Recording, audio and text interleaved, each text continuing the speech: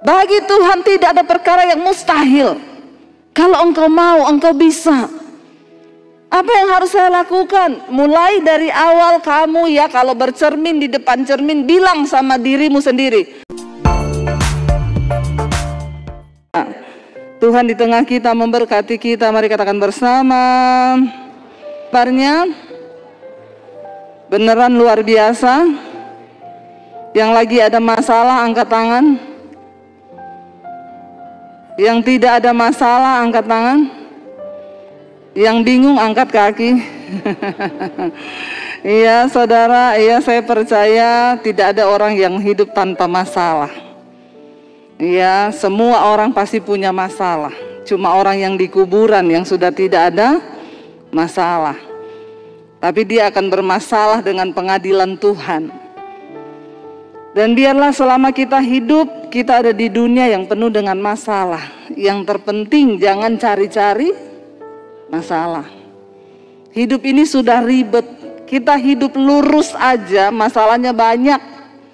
Apalagi kalau hidup kita bengkok. Para suami-suami, hiduplah benar menjadi suami yang bertanggung jawab dan menjadi imam yang baik bagi keluargamu. Bawa istri dan anak-anakmu dalam takut akan Tuhan hari-hari ini. Demikian juga para ibu, kita mau menjadi pendoa, penolong di tengah rumah tangga kita. Saya yakin hari-hari ini Tuhan sedang mencari imam di tengah rumah tangga. Agar setiap keluarga itu bisa dibenarkan dan diselamatkan oleh Tuhan. Melihat semua keadaan yang terjadi hari-hari ini, saya mau tanya saudara, berapa banyak yang takut dengan keadaan hari-hari ini? Nggak ada yang takut ya? Saya takut loh. Yang takut angkat tangan. Puji Tuhan ya, begitu saya bilang saya takut langsung semua ikut. Takut juga. Tetapi ketakutan itu harus membuat kita semakin berjaga. Kita nggak tahu apa yang akan terjadi bahkan 5 menit ke depan. Kita nggak tahu apa yang akan terjadi dengan bangsa ini juga. Dengan keadaan politik yang seperti sekarang kita nggak tahu. Kita nggak tahu apa yang akan terjadi dengan dunia ini. Tapi dengan semua keadaan yang terjadi, biar membuka mata rohani kita melihat. Ya, banyak orang yang datang mengeluh, Bu, kenapa begini Bu, kenapa dunia semakin sulit, kenapa saya bilang firman sedang digenapi. Sebagai anak Tuhan kita nggak usah bertanya, lakukan bagianmu. Lalu apa bagian kita hari-hari ini yang harus kita lakukan? 1 Petrus pasal yang keempat ayat yang ke-7. 1 Petrus pasal 4 ayat yang ke-7 firman Tuhan berkata demikian. Baca sama-sama. Kesudahan segala sesuatu sudah dekat. Karena itu kuasailah dirimu dan jadilah tenang supaya kamu dapat berdoa. Kesudahan segala sesuatu sudah dekat. Karena itu kuasailah dirimu dan jadilah tenang supaya kamu dapat berdoa. Ya, bayangkan loh, supaya kamu dapat berdoa. Untuk berdoa pun ada syaratnya. Ya, siapa yang hari-hari ini sudah tidak bisa berdoa? Ada loh orang gak bisa berdoa lagi. Saya sudah penat Bu, kepala saya. Sampai doa saja sudah tidak bisa saya Bu. Ada yang mengalami hal ini hari-hari ini? Saudara, ayat ini berkata ternyata untuk kita bisa datang berdoa kepada Tuhan. Yang pertama dikatakan kita harus menyadari bahwa kesudahan segala sesuatu ini sudah dekat. Amin. Kalau bicara tentang kesudahan segala sesuatu, mungkin ada yang bilang gini, mesti mau ngomong kiamat lagi. Kalau dengerin khotbahnya Bu Debbie itu mesti kiamat akhir zaman, kiamat akhir zaman. Udah khotbah kayak begitu aja masih banyak yang gak tobat. Kalau kita bicara tentang kesudahan segala sesuatu, mungkin kiamat masih lama, mungkin. Padahal kan Yesus bilang juga nggak ada yang tahu. Dia datang seperti pencuri kan. Tapi kalau bicara tentang kematian, kesudahan hidup kita nih, nggak ada yang tahu. Tadi barusan ada temen sama-sama orang Poso, dia datang ke hotel, ketemu saya sebentar. Bu, sorry saya nggak bisa lama-lama, baru dapat kabar anggota persekutuan kami meninggal. Kenapa? COVID. Umur berapa? 48. Yang kepala-kepala 4 kayaknya lagi banyak di absen hari-hari ini. Saya juga kepala 4 loh. Jadi jangan ngomong tua loh kalau ngomong mati ya. 48 Bu, iya, dan lagi tunangan baru mau menikah. Tapi ternyata Tuhan bawa dia ke pernikahan yang lain. Ya sudah, itu yang terbaik.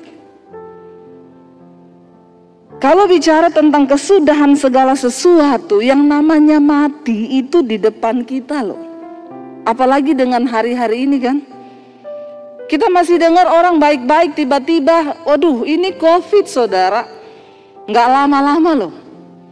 Begitu terinfeksi, katanya apalagi yang sekarang ini kan, itu muntah-muntah, langsung sakit badan, langsung lewat. Ya harusnya membuat kita takut. Mendorong kita untuk bertobat dan mencari Tuhan harusnya. Tapi masih banyak orang loh hidup dengan perselingkuhan, bersinah, masih nyaman saudara, masih nyaman. Hidup dengan kedagingan. Saya berdoa di sini tidak ada bapak-bapak yang berselingkuh lagi di luar sana. Amin bapak-bapak. Tidak usah angkat tangan. Ya kalau ada yang angkat tangan kita baptis ulang nih, kita rendam 15 menit. Biar dia buka mata langsung di rumah Bapa di sorga. Lebih baik tubuhnya binasa tapi jiwanya selamat. Masih ada loh orang-orang yang dengan sombongnya mereka hidup dalam dosa, menikmati ya kenajisan, percabulan. Masih banyak, bukan cuma ibu-ibu, bukan cuma bapak-bapak, ibu-ibu. Ya tadi saya ngobrol-ngobrol sama Bapak Pendeta Petrus sambil makan kita ngobrol, iya ya, berbicara tentang hari-hari ini banyak kejatuhan. Makanya kita bilang kalau konseling itu ya, jangan yang laki-laki konseling perempuan kata Pak Petrus. Nanti yang tadinya mau konseling jadi konsleting. Tapi saya bilang sama Pak Petrus, hati-hati juga loh Pak. Sekarang laki-laki sama laki-laki juga perlu dicurigai. Ya di Jakarta banyak loh yang begini ini. Tuhan hanya menciptakan laki-laki dan perempuan. Lain dari itu dari iblis. Jangan pakai dalih apapun. Apalagi di akhir zaman kita lihat sudah semakin disahkan. Ini tantangan bagi gereja Tuhan. Akhirnya kita, bahkan terakhir saya baca ada satu statement ya, kekristenan ini dianggap melanggar undang-undang hak asasi manusia. Kenapa? Karena melarang LGBT, pernikahan sesama jenis, itu kan hak manusia. Pada akhirnya nilai-nilai kebenarannya akan bergeser dengan nilai-nilai dunia yang mulai digantikan, orang mulai menghalalkan segala cara. Saya mau beritahu kita semua hari ini kita harus kuat di dalam firman Tuhan. Supaya kita tidak terbawa arus. Saya bersyukur lewat pelayanan saya di YouTube, beberapa orang terakhir ini banyak sekali orang datang mengaku, Bu saya seorang homoseksual. Saya dengar khotbah ibu, saya takut Bu, saya mau bertobat. Apakah saya bisa diselamatkan? Saya bilang bisa. Bagi Tuhan tidak ada perkara yang mustahil. Kalau engkau mau, engkau bisa. Apa yang harus saya lakukan? Mulai dari awal kamu ya kalau bercermin di depan cermin, bilang sama dirimu sendiri, Sebut namamu. Ya, misalnya siapa? Ya, saya tidak mau menyebut, nanti salah lagi. Di sini ada orangnya ya. Misalnya Joni, nggak ada nama Joni kan? Kalau ada saya ganti Bambang. Ada lagi saya ganti Joko. Tapi kayaknya di sini di daerah-daerah Jawa ini kan jarang Joni ya. Di Manado, di daerah timur itu banyak Joni ya. Jadi kita pakai Joni saja. Saya bilang kalau kamu bercermin depan cermin, perkatakan, bilang, Joni, kamu itu laki-laki. Tatap dirimu dan ngomong, kamu diciptakan Tuhan sebagai laki-laki. Kembalikan penciptaan Tuhan yang semula. Kamu tuh laki-laki, Joni. Lalu dia mulai mempraktekkan, saudara. Tiap hari dia berdiri di kaca, dia bilang, Joni, kamu tuh laki-laki. Ih, dia muntah-muntah.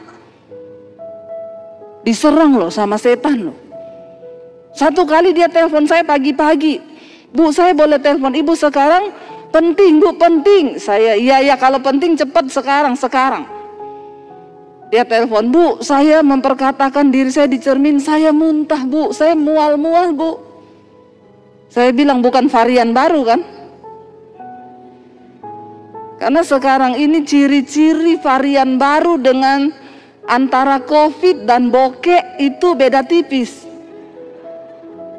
Ya, orang COVID pusing, bokek juga 7 keliling. Ya, kalau yang COVID itu demam, yang bokek adem panas. Benar nggak saudara? Ya, kalau yang COVID nggak bisa nelen, ya, nggak bisa makan. Kalau yang bokek nggak ada yang mau dimakan. Hampir mirip kan? Ya. Kalau yang COVID sesak napas, yang bokek, apa orang Jawa bilang? Ngep-ngepan.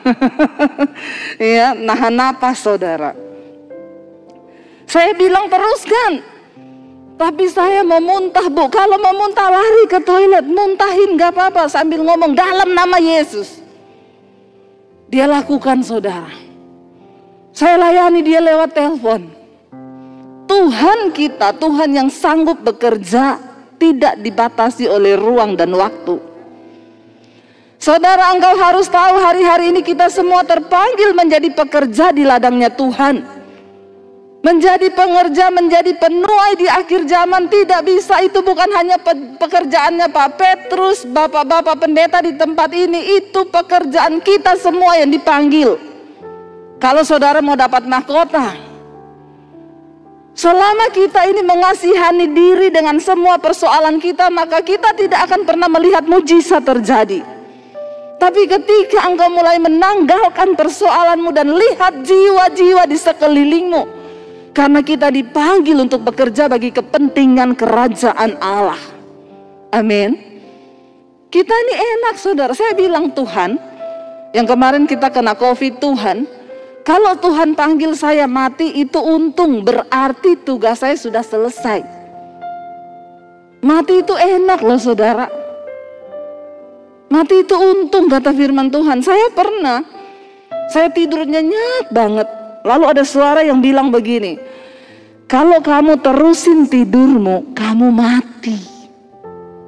Saya nggak pengen bangun, karena enak banget tidur itu. Suara itu bilang kalau kamu terus tidur kamu mati loh. Rasanya saya nggak pengen bangun karena enak banget. Tiba-tiba saya bangun, kenapa? Saya ingat suami saya nanti kawin lagi. Bangun saya. Ya bukan apa-apa ya. Anak saya masih kecil-kecil. Kalau dia nikah sama perempuan yang benar nggak apa-apa. Kalau salah nikah, kasihan anak saya. Saya bangun, Tuhan saya belum mau mati. Saya nggak mau suami saya kawin lagi. Tapi yang pasti itu mati itu enak, saudara. Nggak percaya? Ada yang mau nyoba? Tapi yang pasti Alkitab bilang mati itu keuntungan. Kalau kita sudah hidup dalam kebenaran, dalam perkenanan Tuhan tuh enak, nggak ada yang perlu kita takutkan. Mau COVID ini bervarian sampai 10.000, 100.000, hei, kuasa Tuhan tetap sama. Dahulu, sekarang, bahkan sampai selama-lamanya. Gak ada yang perlu kita takutkan. kita bisa berkata, bagiku hidup Kristus, mati adalah untung. Saya cuma bilang sama Tuhan, hidup saya ini sekarang hanya bagi jiwa-jiwa. Setiap hari saya tuh menerima orang konseling, saudara. Tapi yang alay-alay saya nggak mau terima. Makanya saya selalu bilang, saya tidak menerima dukungan doa. Saudara datang sendiri sama Tuhan. Tidak ada pendeta hebat yang bisa tolong saudara, yang ada Tuhan yang hebat. Dan ketika engkau mengalami perjumpaan pribadi dengan Tuhan, baru engkau akan bisa berkata, wow, Tuhan tuh dahsyat, Tuhan tuh ajaib. Begitu banyak kesaksian yang masuk hari-hari ini, Bu. Saya ini ada masalah, saya sakit, Bu. Tadinya pengen telepon Bu Debbie, tapi saya ingat Ibu bilang, jangan minta-minta dukungan doa. Doa sendiri. Lalu saya mulai berdoa, Bu. Saya mengalami Tuhan, Bu. Saya sekarang disembuhkan Tuhan. Siapa yang tolong? Tuhan kan? Bukan saya. Tapi imanmu bersama dengan Tuhan. Saudara, Alkitab berkata kesudahan segala sesuatu sudah dekat. Ini sudah dekat. Kalau bicara kiamat masih lama, oke. Tapi bicara tentang kematian, hari-hari ini gak ada yang tahu. Mari kita persiapkan hidup kita. Karena itu bagaimana saudara untuk kita bisa mempersiapkan hidup di waktu-waktu yang sudah dekat ini? Karena itu dikatakan kuasailah dirimu. Seorang pemenang yang luar biasa itu adalah bukan orang yang berhasil mengalahkan orang lain. Tapi seorang yang dikatakan pemenang yang luar biasa itu orang yang bisa menaklukkan dirinya sendiri. Siapa yang harus kita kuasai? Alkitab berkata kuasai dirimu. Enggak ada satu orang pun yang bisa mengubah engkau selain dirimu sendiri bersama dengan Tuhan. Saya dulu ketika saya belum mengenal Tuhan Yesus, saya hidup dengan semua kemauan saya. Saya lakukan apa yang saya mau karena saya pikir itu adalah sebuah keuntungan, sebuah kebahagiaan bagi saya. Tapi saya semakin terjebak, jatuh makin dalam, terperosok. Pada akhirnya saya mau bunuh diri. Hidup saya hancur. Setan datang tuduh, hidupmu sudah hancur, mati aja, bunuh diri aja. Tapi saat itu Tuhan datang dan Dia mengasihi saya. Alkitab berkata, karena begitu besar kasih Kristus akan dunia ini, Dia selamatkan kita bukan karena perbuatan baik saudara dan saya. Tuhan datang kepada saya tahun 95. Ya, waktu itu teman-teman saya bilang gak usah bete, nikmati aja dunia. Hidup ini kan singkat, nikmati dunia. Alkitab berkata yang ada dalam dunia ini hanya 3 hal, keinginan daging, keinginan mata, dan keangkuhan hidup. Dan itu bukan berasal dari Bapa tapi dari setan. Apa yang ada di dunia ini cuma 3, keinginan daging, keinginan mata, keangkuhan hidup, kesombongan. Cuma 3 ini yang ada di dunia kata firman Tuhan. Dan semua yang ada di dunia ini bukan berasal dari Bapa tapi berasal dari iblis. 3 hal ini. Barang siapa hidup mengikuti dunia ini dia akan binasa. Saya dulu mengikuti dunia, keinginan daging. Apa itu keinginan daging? Percabulan, kenajisan, hawa nafsu, nafsu jahat, iri hati, kebencian. Itu semua ada di dalam diri kita. Semua kita punya daging. Tapi Tuhan berkata, Alkitab berkata, matikanlah. Kuasailah dirimu dari segala keinginan dagingmu. Hari ini, kalau masih ada di antara saudara yang masih hidup dalam percabulan, kenajisan, bertobat, tinggalkan. Tinggalkan saudara. Jangan ada alasan apapun. Soalnya istri saya itu Bu, cerewetnya minta ampun. Selingkuhan saya manis, pendiam. Saya bilang itu masih masa promosi, masih iklan. Kalau sudah selesai masa promosinya, lebih cerewet dari istrimu. Ya, saudara, demikian juga ibu-ibu. Sekarang ini luar biasa saudara. Ada ibu-ibu di Jakarta konseling sama saya, Bu, saya selingkuh. Suami ibu tahu? Enggak. Udah berapa lama? 7 tahun. Pinter banget ibu menyembunyikan dosa itu. 7 tahun suami enggak tahu. Kok bisa, Bu? Iya, Bu, soalnya selingkuhan saya namanya Ani. Saudara mengerti? Mereka menjadi pasangan lesbi. Ini ngeri akhir zaman ini. Dunia itu benar-benar sudah, aduh ya, iblis dengan permainan yang begitu rupa. Kenapa ibu bisa lakukan itu? Sekarang itu lihat yang lesbi itu bukan yang rambut-rambut pendek kayak saya loh. Ya, kalau dulu kan orang lesbi rambutnya pendek, gagah perkasa, mirip-mirip saya begini. Saya ini wanita tulen loh. Ya, saya sampai pernah ada bapak-bapak tuh WA ke saya, Bu, dulu saya suka nonton khotbah ibu. Sekarang tidak lagi. Kenapa? Dimarahin istri saya. Kenapa? Kata istri saya, kamu jangan nonton Debbie Bachir itu, dia tuh transgender. Oh haleluya. Saya dituduh transgender. Saya bilang, siapa yang ngomong itu Pak? Saya melahirkan anak loh Pak. Kalau transgender tuh gak bisa melahirkan loh.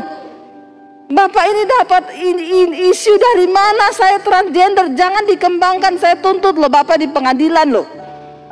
Saya asli perempuan loh Pak. Dia ternyata saudara, dia bilang saya pernah lihat di YouTube. Jadi suami saya itu bikin YouTube. Saya pernah wawancara seorang transgender. Suami saya bikin judul begini, kesaksian Debbie Bachir, transgender bertobat. Ya dia enggak salah saudara, yang salah suami saya itu. Tidak ada komanya, tulisannya Debbie Bachir transgender bertobat. Jadi dia cuma lihat judul, dia tidak melihat isinya. Istrinya bilang, nih baca nih judulnya, jangan dilihat. Oh haleluya. Ya, jadi kalau saudara mendengar di luar ada desas-desus saya transgender, ya tolong diklarifikasi, saya ini wanita tulen. Ya, saya melahirkan anak. Saudara, saya ketemu beberapa orang konseling yang lesbi. Itu bukan rambut-rambut pendek loh. Rambutnya panjang, bener-bener wanita. Tapi jadi pasangan lesbi. Coba dunia sedang terjadi apa hari-hari ini? Kita harus tahu bahwa ada penghukuman, ada penghakiman yang akan Tuhan lakukan ketika orang hidup. Ini perkara serius. Tolong bapak-bapak dan ibu-ibu perhatikan anak-anakmu. Ya, anak-anak muda sekarang banyak yang berperilaku aneh. Kenapa? Karena di dalam rumah tangga mereka tidak mendapat kasih sayang. Bagaimana nggak mereka memberontak dan mencari jati diri lain? Orang tua berantem terus tiap hari. Ada di sini yang tiap hari berantem? Tidak ada. Semuanya luar biasa. Harusnya, amin. Berantem, saya sama suami itu punya komitmen. Berantem 5 menit cukup. Susah nggak? Pertama kali susah. Tapi ketika kami mau komitmen melakukan firman, tidak susah. Sekarang kami malah nggak pernah berantem ya saya. Iya nggak saya? Ya, benar saudara. Ya jangan orang yang menguasai diri. Makanya saya suka bilang juga nih. Kadang orang di gereja itu hebat saudara. Kalau bahasa roh tinggi, wah hebat di gereja. Di rumah kalau berantem juga bahasanya tinggi. Mending kalau saudara berantem pakai bahasa roh. Bener, itu bahasa roh dipakai waktu mau berantem. Jadi memang kamu tuh dasar. Lah itu kan sekalian kita usir setan, bener nggak? Saya serius ini, saya tidak bercanda loh ini. Karena ada begitu banyak orang hebat di gereja waktu nyanyi puji-pujian, kekristenanmu itu nggak dinilai ketika engkau duduk di bangku gereja ini. Ini semua lagi kudus semua ini, nggak ada yang merokok, nggak ada yang mabok, nggak ada yang berantem. Tapi ketika engkau keluar dari gedung gereja ini, disitulah baru dilihat kekristenan yang sesungguhnya. Ada orang yang tanya sama saya, Bu, kalau pelayanan di daerah-daerah itu sering ada yang kerasukan nggak? Oh banyak di daerah. Kerasukan lagi puji-pujian kerasukan. Kalau di kota-kota besar ibu pelayanan di gereja masih ada nggak yang kerasukan? Saya pikir-pikir nggak ada loh. Iya di kota besar hampir nggak ada orang kerasukan.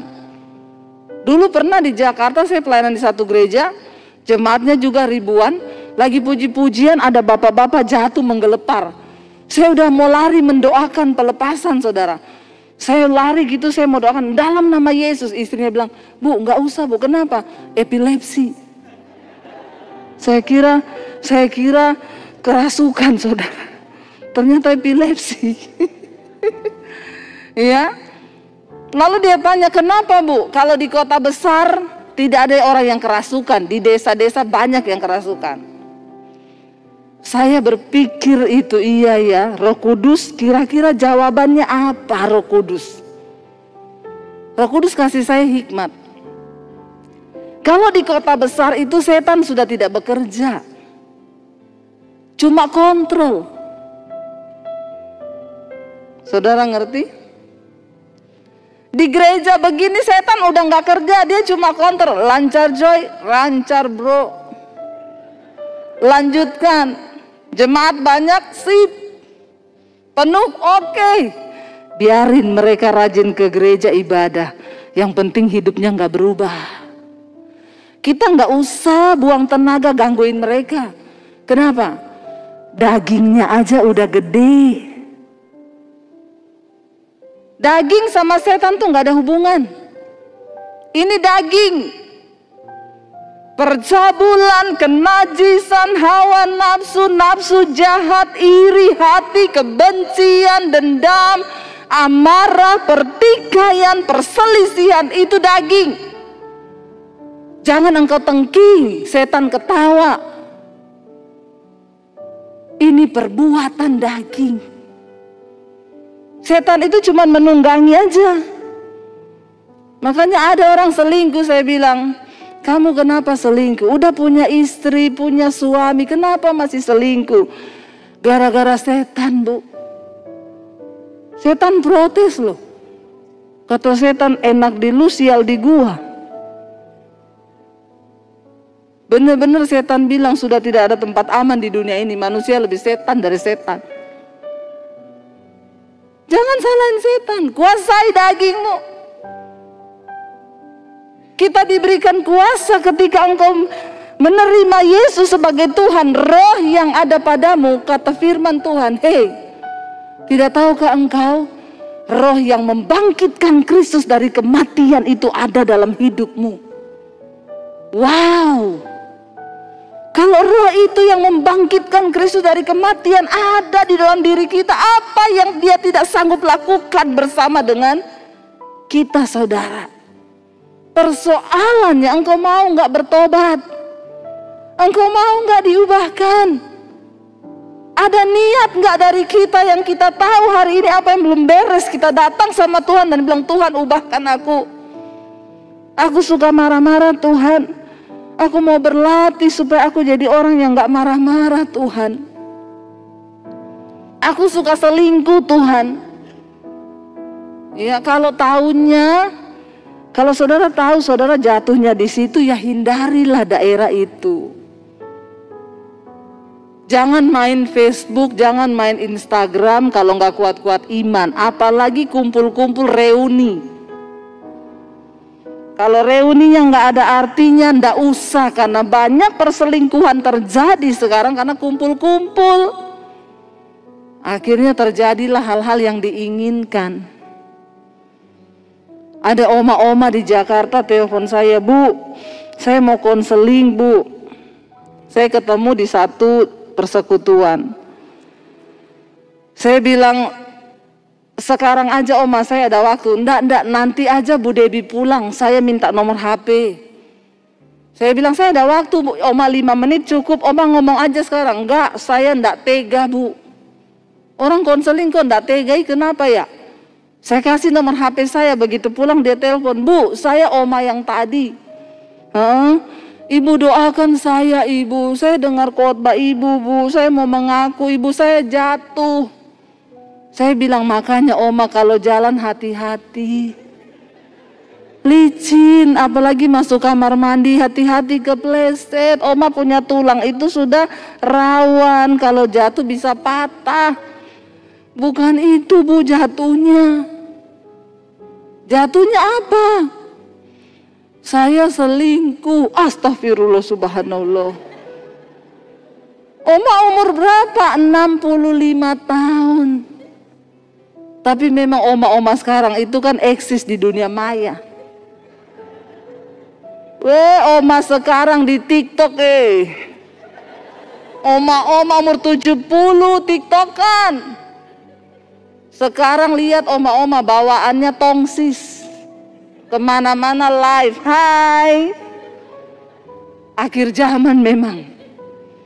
Memang akhir zaman, saudara. Ya, sampai ada oma-oma bikin TikTok. Kamu jangan ketawain oma kalau oma TikTokan. Oma pernah rasa muda seperti kamu, tapi kamu kan belum pernah rasa tua kayak oma. Lebih baik kamu berdoa supaya umurmu panjang bisa seperti oma. Ting ting ting ting, oma TikTokan. Saya ketawa lihat itu TikTokan oma-oma begitu. Inilah sebabnya saya tanya oma selingkuh? Oma minum vitamin apa?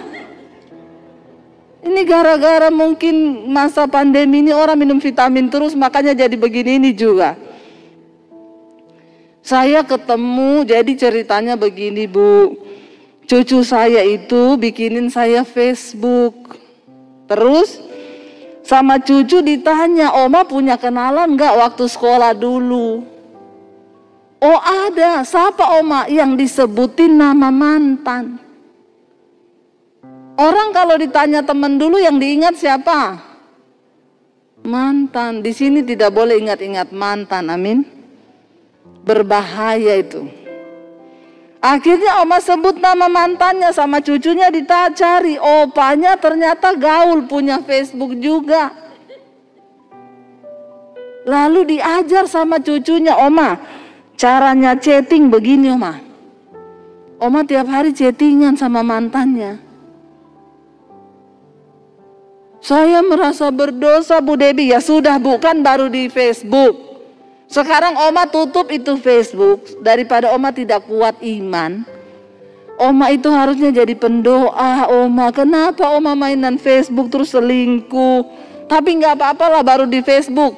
Itu opa tinggal di mana? Di Kalimantan. Oma di Jakarta. Ya sudah, baru di Facebook, Bu. Makanya saya mau ngaku. Kenapa? Bukan cuma di Facebook, kami sudah beberapa kali ketemu dan melakukan. Ngeri loh, saudara. Saya bilang, oma ikhtifar, ingat umur oma. Ikhtifar oma, astagfirullah, saya yang takut lihat oma. Sebentar lagi di absen. Kalau udah mulai umur-umur kepala 6 ke atas tuh udah harus siap-siap loh. Dia bilang, makanya Bu, saya tuh oma ketemunya di mana? Jadi kalau kangen dia terbang dari Kalimantan, booking hotel di kota. Oma datang ketemu di hotel. Padahal kami nggak ada niat loh, Bu, lakukan apa-apa. Cuma ketemunya di hotel. Adanya bantal sama guling. Coba jangan aneh-aneh ya, saudara ya. Beresin hidupmu ya, saudara. Ini sudah hari-hari terakhir. Kuasai dirimu di dalam segala hal. Jadilah tenang, kata firman Tuhan. Saudara, orang itu tidak mungkin tenang kalau dia ada dosa. Dosa itu pencabut damai sejahtera nomor 1 dalam hidup manusia. Ayat ini berkata, kesudahan segala sesuatu sudah dekat, karena itu kuasailah dirimu dan jadilah tenang. Firman Tuhan berkata, di mana ada kebenaran, di situ tumbuh damai sejahtera. Dan di dalam damai sejahtera itu ada ketenangan di dalam hati. Coba saudara praktekkan, kalau orang ada dosa tidak mungkin hidupnya tenang. Dosa apapun, percabulan, perselingkuhan, kepahitan, yang pahit-pahit hati, saya mau bilang bertobat, lepaskan pengampunan. Bukan zamannya lagi kita pahit, kita harus beres dengan diri kita sendiri, supaya kita bisa menjadi penuai di akhir zaman. Bagaimana Tuhan bisa pakai engkau kalau engkau belum beres dengan dirimu? Bereskan diri kita. Yang ada kepahitan dengan orang tua, dengan ipar, dengan kakak, dengan adik, beresin. Cukup. Jangan jadi orang Kristen-Kristenan. Tuhan panggil kita untuk hidup kita ini diubahkan. Amin. Tinggalkan yang pahit-pahit. Orang itu kalau hidup pahit saudara, ya, semua jadi pahit. Tidak akan dia bisa melihat sesuatu yang manis, karena memang dari akarnya sudah pahit. Bikin muka jadi tua. Biar saudara mau perawatan pakai skincare mahal, kalau hatimu penuh kepahitan dan iri, dengki, kebencian, tidak ada guna. Ya, saya sering bersaksikan, saya sering pakai contoh. Satu kali saya doakan orang, suruh datang ke rumahnya. Saya datang ke rumah ibu ini. Waktu saya datang yang ketemu kakaknya. Dia bilang, saya tanya, ini rumahnya ibu ini? Ibu-ibu juga saudara. Dia bilang, iya betul. Ada perlu apa? Saya mau datang diminta berdoa buat ibu itu. Dia bilang, situ siapa? Saya bilang, sini pendeta. Kan dia tanya situ siapa? Saya bilang sini pendeta. Masuk, duduk. Saya duduk saudara. Saya bilang ibunya mana ya? Lagi mandi. Terus dia duduk nemenin saya. Jadi situ pendeta? Iya. Berarti situ punya kuasa dong. Maksudnya? Ya berarti kan situ bisa baca saya. Maksudnya gimana ya? Ya baca saya. Dalam hati saya kalau ada tulisannya saya baca. Lah nggak ada tulisan suruh baca apa? Tapi memang orang itu kalau pahit hati agak begini saudara. Bener loh, engkau terus-terusin jadi gila loh. Saya bilang maksudnya apa ya bu? Ya kan situ pendeta bisa baca saya dong. Maksudnya saya nebak hidup ibu. Iya. Gampang banget kan? Saya ingat firman Tuhan bilang, seperti air mencerminkan wajah, demikianlah hati orang itu mencerminkan mukanya kan. Ya orang model kayak begini kan gak mungkin hatinya itu manis. Karena segala sesuatu itu meluap dari hati.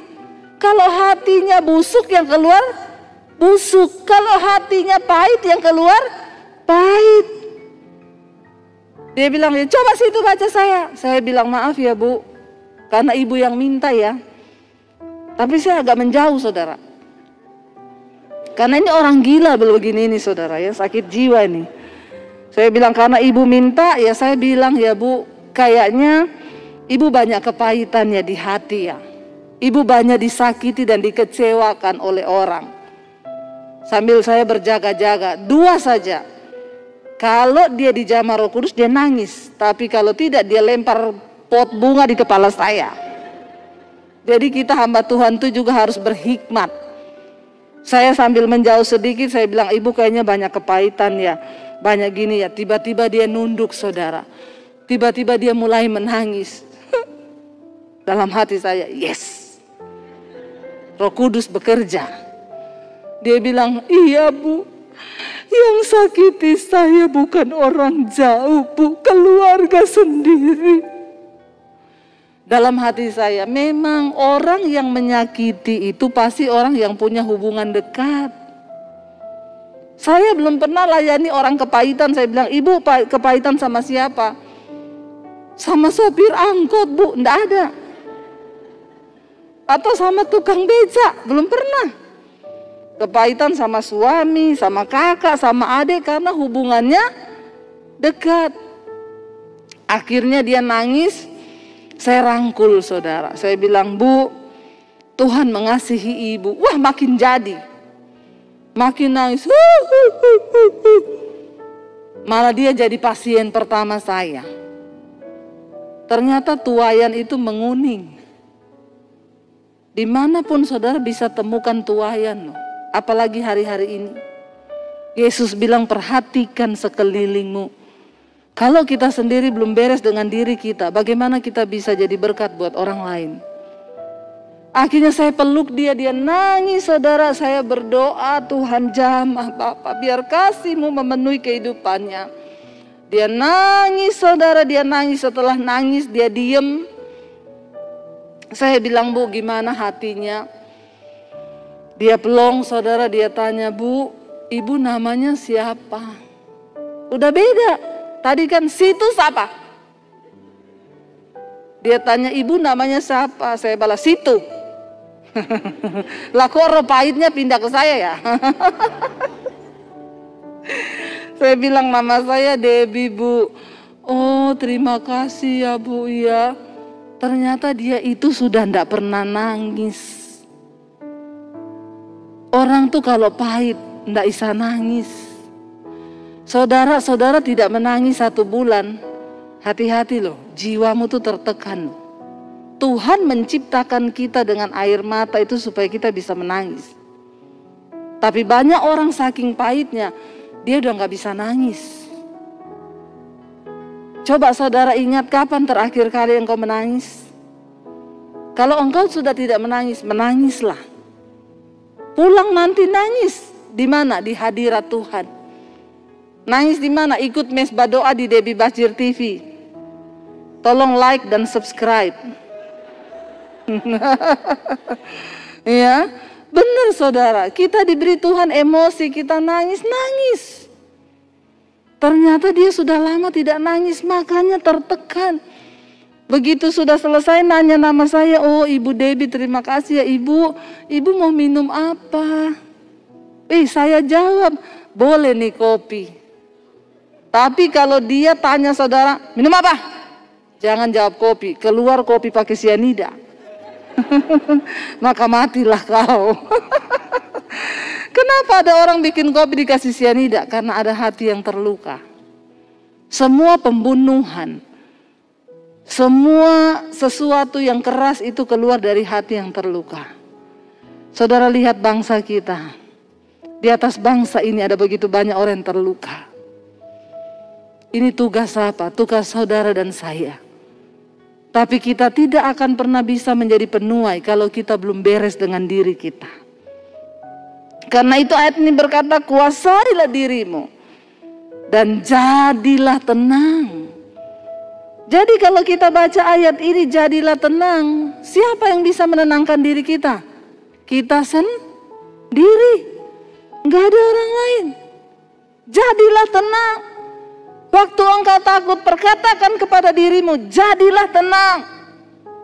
Ketika Daud ada dalam pelarian, dia pergi ke Gua Adulam. Di sana yang ikut sama dia, saudara, ratusan orang-orang yang punya hutang dikejar-kejar debt collector. Orang-orang yang lagi punya masalah rumah tangga, orang-orang yang lagi dalam kesukaran yang besar ikut sama Daud, padahal Daud sendiri juga lagi dalam masalah besar, melarikan diri. Ketika keluarganya tahu Daud ada di gua itu, papa mamanya nyusul lagi datang sama Daud. Daud harus ngurusi dulu. Papa mama, kamu gak bisa ikut-ikut aku dalam pelarian gini, dititipilah papa mamanya dulu. Kalau Daud tidak berhasil menjadi orang yang menguasai dirinya, karena itu dia menulis di Mazmur, aku percaya Tuhanlah penolongku. Ini sebuah statement yang keluar dari orang yang sedang berusaha menguatkan dirinya sendiri. Aku percaya Engkau Tuhan penolongku. Keadaannya bilang, enggak, kamu enggak mungkin ditolong, kamu mati dikejar Saul. Aku percaya Engkaulah pemegang kehidupanku. Hanya dekat Allah saja aku tenang. Ini perkataan-perkataan yang Daud ucapkan untuk menguatkan dirinya. Hari-hari ini apa yang bisa menguatkan kita, saudara? Firman Tuhan. Ayo perkatakan firman. Ayo ucapkan firman. Saudara dapat melakukannya dengan berkata, aku percaya ketika iblis datang menyerang engkau bertubi-tubi, masa depanmu gak tahu gimana. Saya hari-hari ini melayani. Ada banyak orang yang mau bunuh diri karena takut menghadapi hari depan ini. Hari-hari ini tuayan tuh banyak. Kemarin saya dapat telepon, saudara, dari Kanada. Dia WA saya, ibu, saya boleh telepon ibu? Saya mengucap syukur. Khotbah ibu berhasil membuat saya tidak jadi bunuh diri. Saya langsung, oke, telepon saya sekarang. Ya, telepon saudara. Kalau yang begini-begini saya semangat layani. Tapi kalau yang bu, saya bulan depan jatuh tempo, itu hubungi bank. Jangan hubungi saya, karena saya juga tidak dapat menolong saudara. Ya, saya bilang, oke, sekarang telepon. Dia telepon, bu, tadinya yang sering dengar khotbah ibu itu istri saya. Saya nggak pernah dengar khotbah ibu. Tadi itu istri saya putar khotbah ibu, saya sambil lalu, bu. Beberapa hari ini saya sudah punya pikiran mau bunuh diri, saya mau terjun dari apartemen. Pas saya lewat tadi di ruang keluarga, istri saya lagi putar khotbah ibu. Pas saya lewat, pas ibu ngomong gini, sekarang orang-orang mau bunuh diri tuh goblok, nggak usah bunuh diri juga mati kok. Nanti juga mati, entah kena COVID atau kena apa juga pasti mati. Cuma itu, saudara, dia lewat, dia dengar itu, tiba-tiba dia disadarkan. Lalu dia tuh berlutut, dia masuk di kamar, dia nangis. Dan akhirnya dia bilang sama istrinya, saya mau dengar lagi. Lalu dia dengar semua khotbah-khotbah saya. Dia bilang, saya dilawat Tuhan, bu, saya nonton akibat dosa tersembunyi. Itu saya, bu. Saya melakukan dosa tersembunyi, saya jatuh dalam kenajisan. Dan hari-hari ini iblis sedang menuduh saya, hidup saya kacau. Saya nggak tahu masa depan saya mau bagaimana, dan dosa itu mengejar saya. Bayangkan loh, dosa tidak akan pernah membuat Anda tenang. Karena itu hari ini, kalau engkau mendengarkan firman Tuhan, bereskan hidupmu, saudara. Lalu dia minta saya doakan buat dia. Saya bilang, Pak, jangan punya pikiran bodoh untuk bunuh diri. Dia bilang, benar yang ibu ngomong, saya ingat-ingat terus, benar. Nggak usah bunuh diri juga mati kok. Jangan ada pikiran bodoh. Saudara, saya melihat hari-hari ini gelombang penuaian orang bertobat. Jadi tidak semua dari pandemi ini dampaknya buruk. Ada dampak yang positif, orang-orang bertobat, saudara. Pemberitaan Injil itu sekarang kita melihat dengan adanya media. Setiap malam saya ada mesbah doa. Di satu tayangan pertama, 1 jam pertama yang masuk di live chatting itu 14.000. 14.000 itu padahal satu akun YouTube itu, satu channel itu, satu keluarga loh yang nonton. Setelah 1 jam pertama 25.000, 30.000, besoknya itu 50-60.000. Kita membutuhkan gedung segede apa untuk menampung orang 60.000 setiap hari, pagi dan malam, setiap kali saya tayangkan mesbah doa dan mesbah syukur. Saya tuh bersyukur, saudara. Sebelum masa pandemi ini 2 tahun yang lalu, Tuhan itu mendorong saya beritakan Injil di media. Itu yang saya dapat. Saya bilang, Tuhan, media tuh di mana? Saya mau menyerahkan diri saya, tapi di mana? Saya bilang ke suami saya, Tuhan itu suruh saya bergerak di media tuh di mana ya? Aku ini merasakan Tuhan tuh suruh saya bergerak di media di mana? Suami saya bilang, ya pasti TV lah. Saya cari teman saya yang kerja di salah satu TV swasta di Jakarta. Kalau saya mau syuting khotbah, apa aja syaratnya? Pertama, Ibu harus bikin 10 episode. Kedua, harus sesuai standar kami, jadi pakai studio kami. Tapi 1 episode 6 juta, jadi 10 episode 60 juta. Saya tanya, udah pasti tayang? Belum, dilihat dulu. Waduh, jadi kalau nggak tayang, ya nggak bisa. Udah buang 60 juta, belum pasti tayang. Saya tuh nggak jadi, saya mundur. Saya berdoa, Tuhan tunjukin saya Tuhan. Saya punya kerinduan bahwa saya di tempat di mana Tuhan tuh berada. Saya nggak mau melayani, ternyata saya sudah ketinggalan dengan pergerakannya Tuhan. Kita harus bergerak bersama dengan Tuhan karena Tuhan kita Tuhan yang bergerak. Lalu saudara, tiba-tiba saya pergi ke Bali pelayanan, saya ajak mami saya ketemu sama satu orang di kafe. Kita janjian di situ. Saya lihat orang lagi syuting di situ. Saya tanya sama produsernya duduk di samping meja saya, Pak, ini syuting apa? Buat acara TV Bu. Di mana? Di TV apa? Di YouTube. Loh emang bisa? Ibu nggak tahu. Sekarang semua udah beralih ke YouTube. YouTube ya Bu, lintas budaya, lintas agama, lintas benua, lintas negara. Waduh, saya pikir, iya juga ya, YouTube itu masuk di kamar-kamar tidur pribadi. Waduh, itu kalau firman Tuhan bisa diberitakan. Saya pulang ngomong ke suami saya sudah dapat petunjuk dari Tuhan. Saya harus pergi ke Bali loh untuk menemukan petunjuk ini. Suami saya bilang, apa? Kita bikin channel YouTube. Suami saya gini, opo meneh. Saya bilang jangan bilang gitu, ini dari Tuhan loh. Akhirnya ya sudah, dia ikuti. Kita syuting pakai alat yang seadanya, kadang pakai HP saya, tayang saudara. Apa yang Tuhan taruh saya share. Waktu tayang tema khotbah akibat dosa tersembunyi, saya kaget karena saya kasih nomor HP di situ. Nomor HP yang mau konseling. Orang saudara konseling dari jemaat, pengerja, full timer sampai pendeta. Ternyata banyak sekali yang menyimpan dosa-dosa tersembunyi. Pada pengakuan dosa, saya cuma terheran-heran. Aduh, ternyata orang Kristen ngeri-ngeri kasus-kasusnya itu. Ternyata benar kalau ada sinetron tulisannya diangkat dari kisah nyata. Itu benar banget.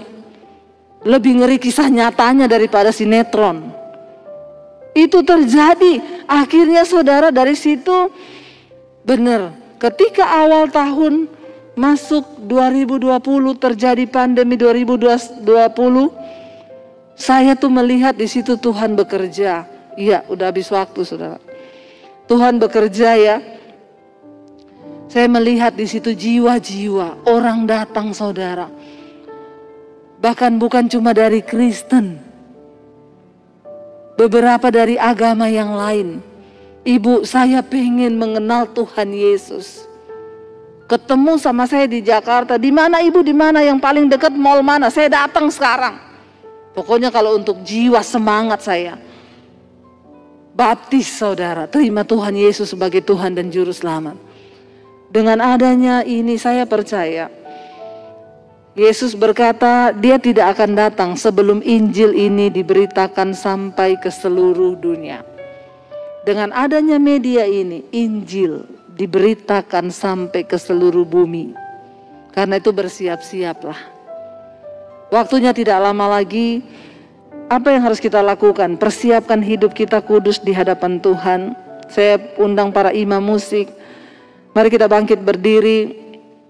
Kita mau berkata, Tuhan, kami percaya Bapa, tidak banyak waktu lagi bagi kami untuk bermain-main dengan hidup ini.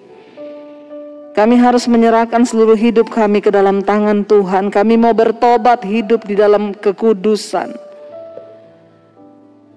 Biar Engkau menyucikan gereja-Mu Bapa. Biar Engkau menguduskan kami, gereja-Mu, anak-anak-Mu Tuhan. Lihat kalau ada yang belum beres dalam hidup kami. Engkau Tuhan yang turut bekerja. Hamba berdoa Tuhan. Biarlah setiap kami hari-hari ini ada di dalam perkenanan Tuhan. Biar setiap kami hari-hari ini dibawa masuk